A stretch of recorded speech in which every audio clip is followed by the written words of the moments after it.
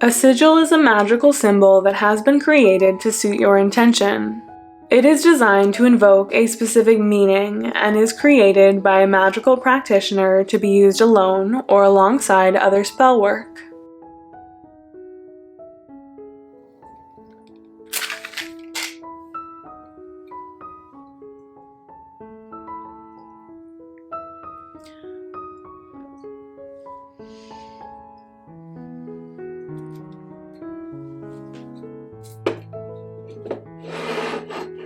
Hello, welcome back to my YouTube channel if you're new around here. My name is Hannah Hawthorne and I'm Simply Witched. This video is all about sigils. I'm going to show you how I make them and how I use them in my practice. The way I create my sigils is like nothing I've ever seen online. We're not going to be writing anything out, we're not crossing out any vowels, and we're not using a grid. I have never really liked those methods of creating sigils because they don't feel very organic to me.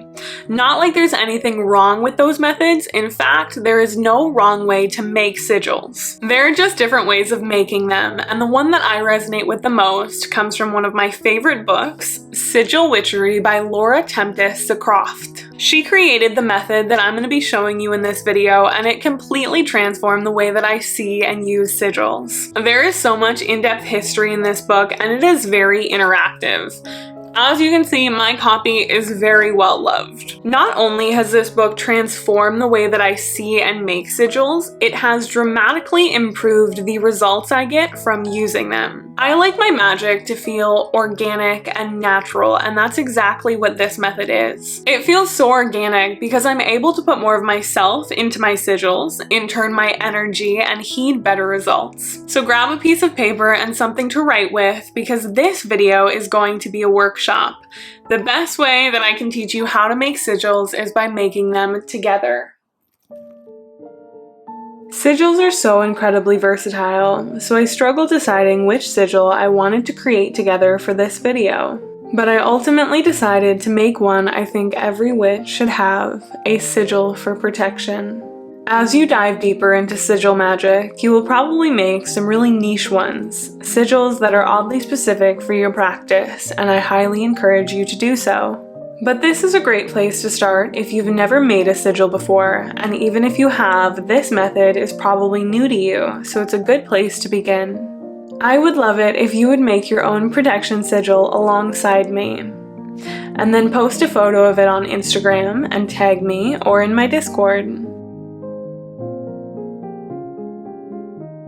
So to begin, I always start by writing out the name of the sigil I want to make.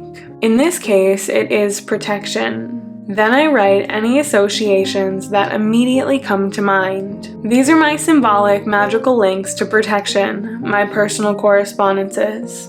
What do you think of when you think of protection? Immediately my mind jumped to rose thorns, the flower's natural defense against predators. Then I thought of booby traps and curses that fall upon people meddling in the places they shouldn't. I thought the usual spikes, swords, and shields. And then my mind got to knights, sworn to protect. I try not to use my phone for this process, though it is tempting to look things up for inspiration. I find that it is best to stay in the moment. And then I thought more about the natural world and how prey must protect itself from predators. A lot of frogs are poisonous to eat, and that keeps them safe, as are mushrooms. Some don't even have to be eaten. They have spores that release toxins into the air. Snakes, on the other hand, are a bit different. They're venomous. They seek out prey and poison them. Lastly, peach pits.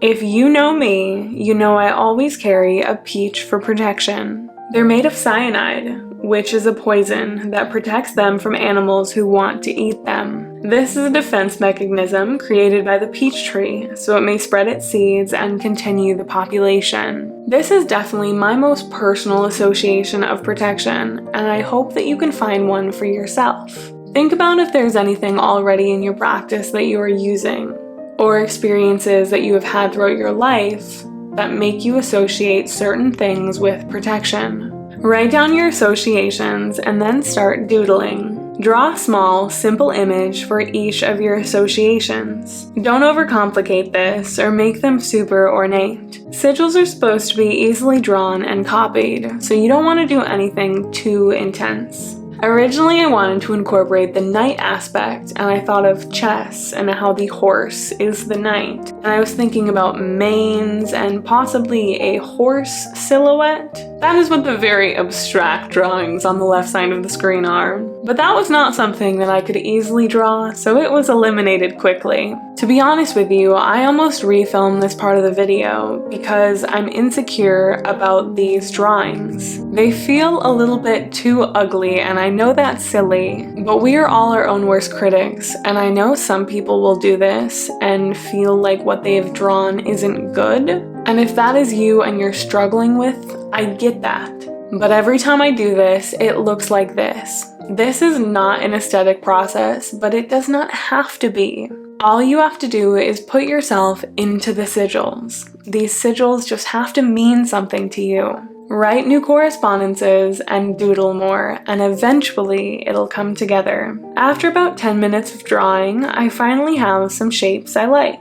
I choose like 4 elements I resonate with the most, and I focus in on them, arranging them together over and over until one pattern jumps out at me. I can finally see the foreshadowing of my sigil.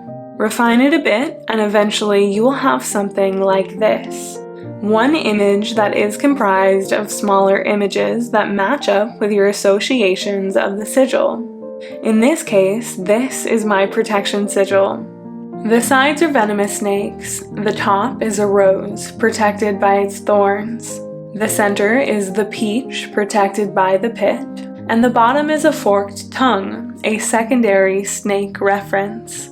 If I didn't explain what this was, you probably couldn't tell. Sigils are abstract, and the only person that needs to know what they mean is you. To others, this is just a doodle, which is why this is one of my favorite forms of witchcraft. I put these everywhere. I draw them on my windows and mirrors with dry erase markers. I draw them on my skin with lip and eyeliner. I put them in my car to ward off accidents, my shoes to walk with confidence, and my food to amplify my energy. Really just about anywhere that I can fit them. The possibilities are truly endless. Everything I just mentioned is a very passive way of using sigils, which is just fine. They hold power because of the way they were created, and by drawing them on something, you are reactivating them.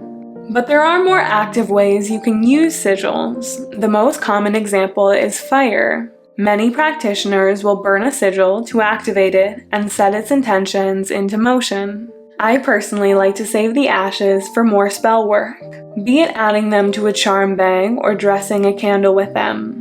Next to that, my favorite way to activate them is through water. I do this by drawing a sigil on a piece of paper towel and then submerging it in a bowl of water.